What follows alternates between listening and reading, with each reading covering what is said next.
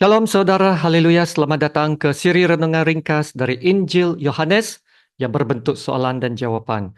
Kiranya kasih karunia dan damai sejahtera melimpahi Anda oleh pengenalan akan Allah dan akan Yesus Tuhan kita.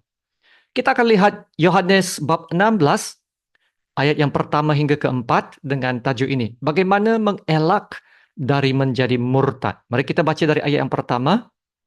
Semuanya ini kukatakan kepadamu, supaya kamu jangan kecewa dan menolak aku. Kamu akan dikucilkan, bahkan akan datang saatnya bahwa setiap orang yang membunuh kamu akan menyangka bahwa ia berbuat bakti bagi Allah. Mereka akan berbuat demikian kerana mereka tidak mengenal baik Bapa maupun aku. Tetapi semuanya ini kukatakan kepadamu, supaya apabila datang saatnya, kamu ingat bahwa aku telah mengatakannya kepadamu. Hal ini tidak kukatakan kepadamu dari semula, kerana selama ini aku masih bersama-sama dengan kamu. Demikianlah firman Tuhan. Ayat 4 berkata, semuanya ini kukatakan kepadamu.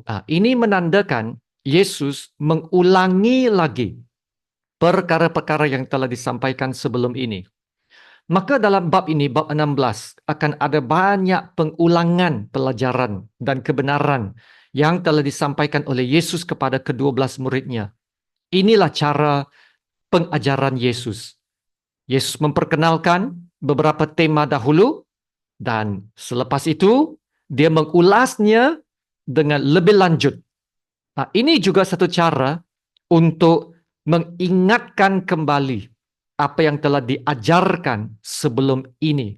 Ini juga satu cara pemuridan. Ya, kita perlu diingatkan semula tentang apa yang telah diajarkan. Ingat, diulang pelajaran-pelajarannya. Ya, itulah juga satu peranan dari Roh Kudus, yaitu mengingatkan kamu akan semua yang telah kukatakan kepadamu. Mari kita lihat soalan edisi ini. Dalam ayat pertama, Yesus mengatakan, semuanya ini kukatakan kepadamu supaya kamu jangan kecewa dan menolak aku. Nah, bolehkah seorang Kristen menolak Yesus dalam maksud tidak percaya lagi kepada Yesus? Nah, bagaimana kita dapat elak hal itu terjadi? Ya, Alkitab telah menubuatkan bahwa pada akhir zaman akan berlaku kemurtadan besar. Ramai orang yang akan meninggalkan iman menjadi murtad. Dalam 2 Tesalonika bab 2 ayat 3 berkata ini, janganlah kamu memberi dirimu disesatkan orang dengan cara yang bagaimanapun juga. Sebab sebelum hari itu haruslah datang dahulu murtad. Dalam 1 Timotius bab 4 ayat 1 berkata, tetapi roh dengan tegas mengatakan, perhatikan, roh bernubuat bahwa ini akan berlaku. Apa itu? Yaitu di waktu-waktu kemudian ada orang yang akan murtad, lalu mengikuti roh-roh penyesat dan ajaran setan-setan. Dalam Matius 24 ayat 9 dan 10 berkata ini, pada waktu itu kamu akan diserahkan supaya disiksa, dan kamu akan dibunuh dan akan dibenci semua bangsa oleh kerana namaku. Dan banyak orang akan murtad. Dan mereka akan saling menyerahkan dan saling membenci. Inilah kata-kata Yesus dalam khotbah akhir zaman dalam Matius 24. Jadi saudara, kemurtadan akan terjadi. Dan bagaimana kita dapat mengelaknya? Ada 3 poin, dan poin yang pertama, kita harus memiliki perspektif iman yang benar, ya, harus memiliki perspektif iman yang benar. Nah, kita harus memastikan iman kita dalam Yesus adalah iman yang benar, iman yang bertumbuh, iman yang matang. Kalau kehidupan kita dalam Yesus hanya sekadar pengikut biasa-biasa, tidak bertumbuh, tidak matang dalam iman, tidak sungguh-sungguh, hanya suam-suam kuku, ya, kita tidak akan dapat tahan uji. Ya, Paulus berkata dalam 2 Korintus bab 13 ayat 5 ini, ujilah dirimu sendiri. Nah, Paulus mau kita tanya diri sendiri. Paulus mau kita periksa diri sendiri. Apakah kamu tetap tegak di dalam iman? Yaitu uji keteguhan iman kamu. Selidikilah dirimu. Apakah kamu tidak yakin akan dirimu bahwa Kristus Yesus ada di dalam diri kamu? Sebab jika tidak demikian, kamu tidak tahan uji. Kamu tidak akan tahan uji.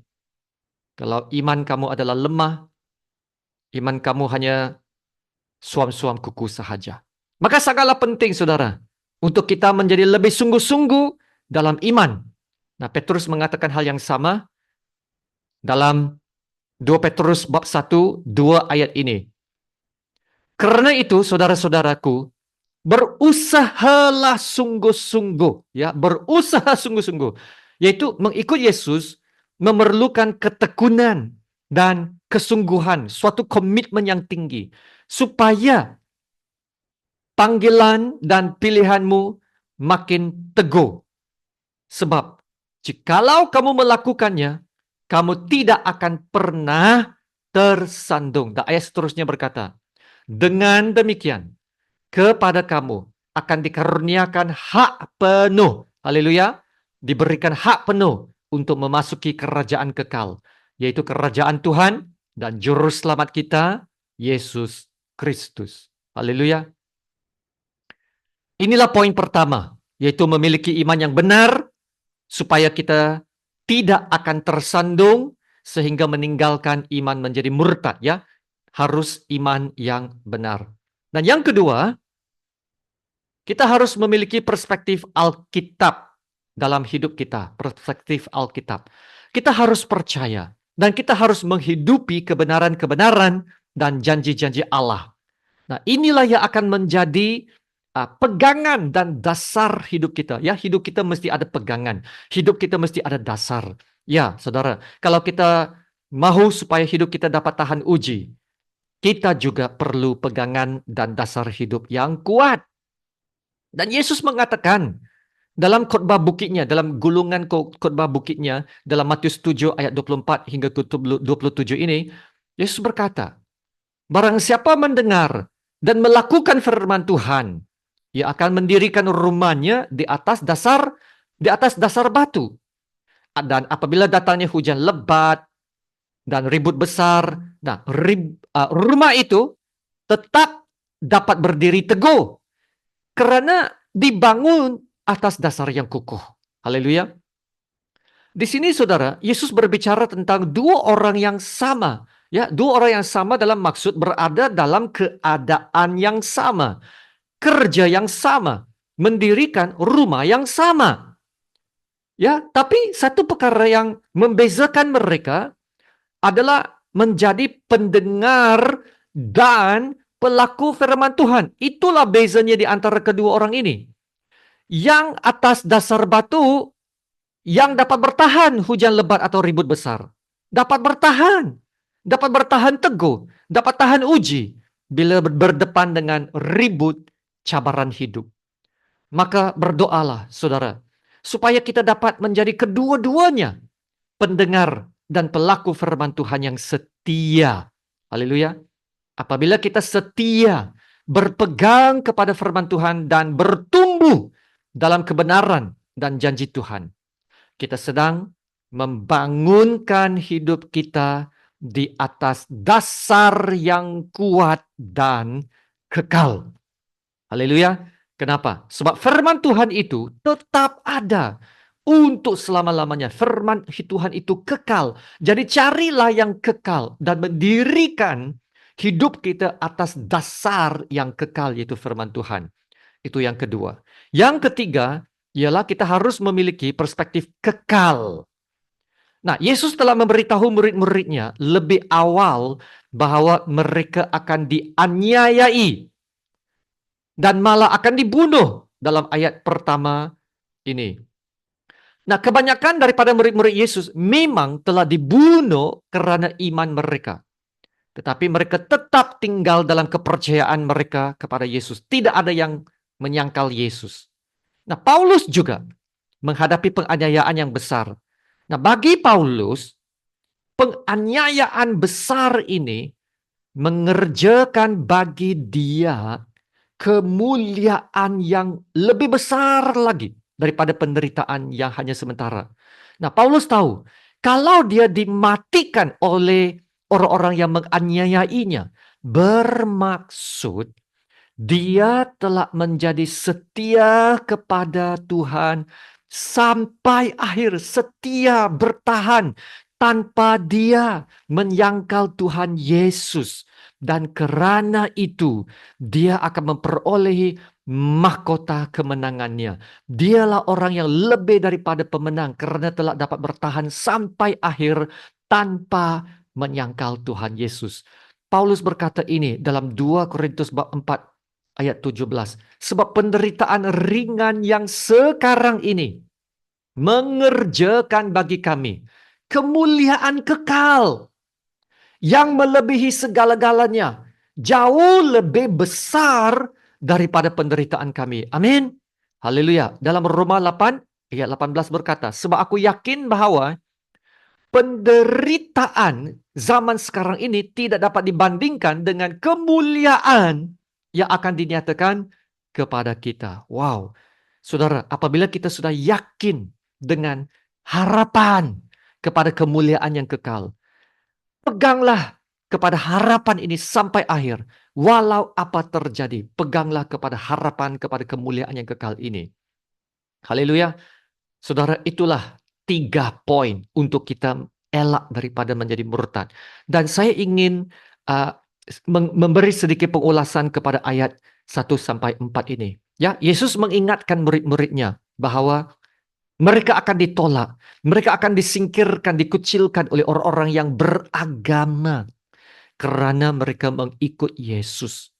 Yesus berkata dalam ayat 2 ini, akan datang saatnya bahwa setiap orang yang membunuh kamu akan menyangka bahwa ia berbuat bakti bagi Allah. Pemberitahuan ini adalah untuk mempersiapkan murid-muridnya supaya mereka tidak terkejut apabila hal itu menimpa mereka. Dan kita tahu bahwa murid-murid Yesus benar-benar telah dianiayai dan disiksa oleh golongan orang-orang yang beragama. Ya, malah murid-murid Yesus dibunuh karena mereka adalah pengikut Yesus. Dan saudara yang sedihnya, mereka yang membunuh murid-murid Yesus menyangka bahwa mereka melakukan perbuatan itu sebagai suatu bakti bagi Allah. Dalam nama Allah mereka melakukan pembunuhan itu.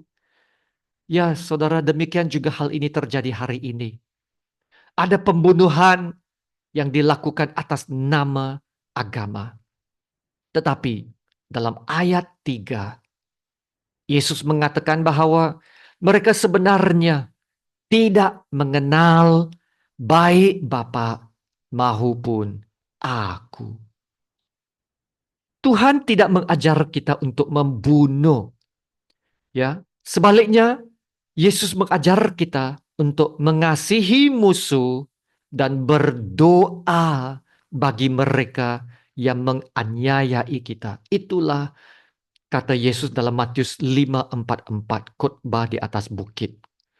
Yesus telah memberitahu kita tentang penganiayaan yang akan terjadi, ya, supaya kita tidak terkejut apabila menghadapinya.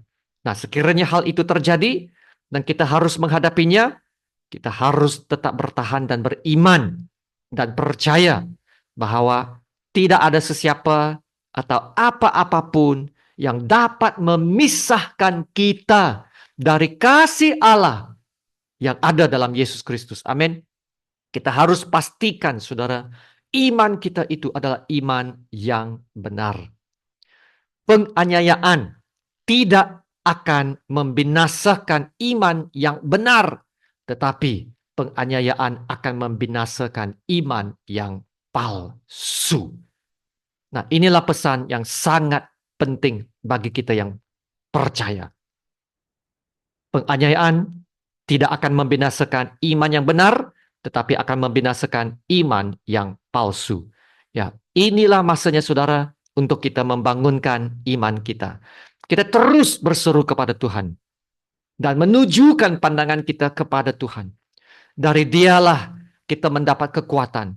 Seperti Stefanus pada saat-saat terakhir sebelum dibunuh oleh anggota-anggota Mahkamah Agama, Stefanus menunjukkan matanya ke langit dan dia ternampak kemuliaan Allah dan Yesus berdiri di sebelah kanan Allah. Semoga kita juga seperti Stefanus akan dapat terus hidup taat dan setia kepada Tuhan sampai mencapai garis akhir. Haleluya, terima kasih Tuhan Yesus. Mari kita berdoa. Bapa kami yang di surga, Engkau Allah kami yang bertakhta di atas langit dan bumi. Engkau juga Allah yang bertakhta dalam hidup kami. Terima kasih Bapa untuk firman-Mu. Ya Bapa, bukan senang untuk menghadapi penganiayaan dan penyiksaan. Bukan senang. Tapi kami harap dan kami berdoa, firman-Mu hari ini akan mengingatkan kami dan mendorong kami betapa pentingnya kami memiliki iman yang benar, iman yang utuh dan teguh, supaya kami dapat tahan uji. Dengan itu, kami harus berusaha membangunkan dasar iman kami menjadi lebih teguh dan matang. Ya Bapa, tolong kami, berikan kami kekuatan untuk menjadi pendengar dan pelaku firman Tuhan yang setia. Berkatilah kami, urapilah setiap pendengar, supaya kami akan sentiasa ada kerinduan dan kelaparan untuk membaca dan belajar firman-Mu. Terima kasih Bapa. Dalam nama Tuhan Yesus yang termulia, kami berdoa dan ucap syukur. Amin. Sama-sama kita menerima berkat Tuhan. Tuhan memberkati engkau dan melindungi engkau. Tuhan menyinari engkau dengan wajah-Nya dan memberi engkau kasih karunia. Tuhan menghadapkan wajah-Nya kepadamu dan memberi engkau damai sejahtera. Amin.